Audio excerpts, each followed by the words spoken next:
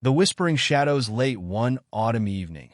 Emily found herself driving through a narrow, desolate road on the outskirts of town.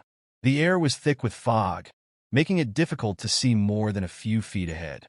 Her headlights barely pierced through the dense mist, and the trees on either side of the road seemed to loom over her like silent sentinels.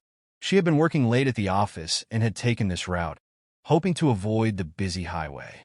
But as the minutes passed, she began to feel an unsettling chill creeping down her spine. The radio crackled with static, cutting out intermittently, but there was nothing but eerie silence. Suddenly, a shadow darted across the road in front of her.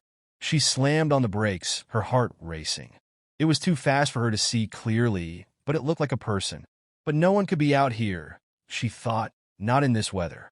Emily took a deep breath and, after a moment of hesitation, slowly pressed the gas pedal again, telling herself it was just a trick of the light. But as she drove forward, the fog seemed to grow thicker, and the trees pressed closer. The headlights flickered, and then everything went dark. The car stalled. Panic surged through her as she tried restarting the engine, but it wouldn't budge. She checked her phone, but there was no signal. The only sound was the soft rustling of leaves in the wind.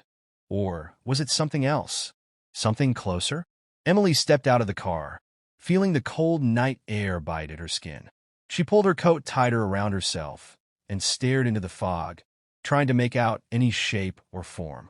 Then she heard it, a whisper, faint and barely audible at first, coming from the trees. Emily? It was her name, but the voice sounded wrong, twisted, distorted, as if it were coming from a deep well. Her breath caught in her throat. She turned around quickly, but there was no one there. The whisper came again, louder this time. Emily, come closer. You belong to us now. Her heart pounded in her chest.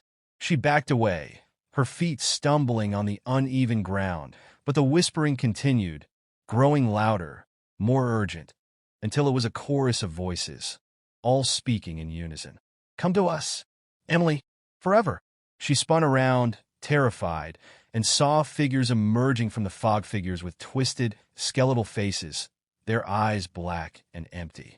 They moved slowly toward her, their bodies shifting unnaturally, like shadows that could never be touched by the light. Emily's blood ran cold as she realized they were not people. They were something else, something ancient, something hungry. The last thing she saw was their outstretched hands reaching for her before everything went black. The next morning, the road was empty. Her car, the fog, and Emily were all gone. Only the whispering wind remained, carrying with it the faintest echo of her name. Emily